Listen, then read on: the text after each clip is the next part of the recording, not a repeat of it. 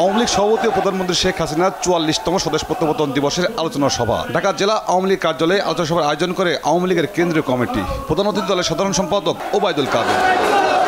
শেখ হাসিনার দেশে ফেরার সেই দিনে স্মৃতিচারণ করেন দলের কেন্দ্রীয় নেতারা। বলেন, সব অপশক্তি রুখে দিয়ে এগিয়ে যাবে বাংলাদেশ।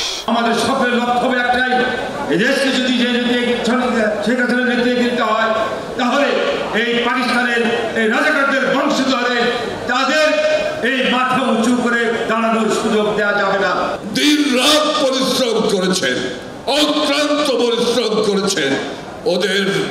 ওদের যে হুমকি ধুমকি তার মোকাবেলা করার জন্য আপনারা প্রতিটি শান্তি সমাবেশকে সফল করেছেন। এর সকল ভাগীদার হলেন আপনারা।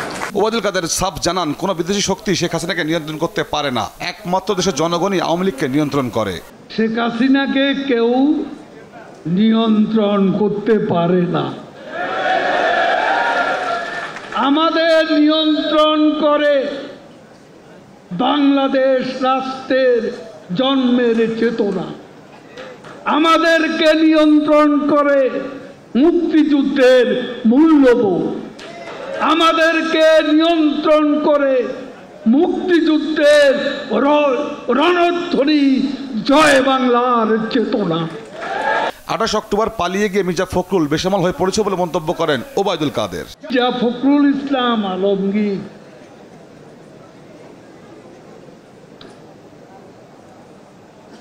২৮ অক্টোবর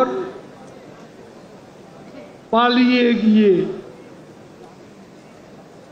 এখন বেসামাল হয়ে প্রতিনিয়ত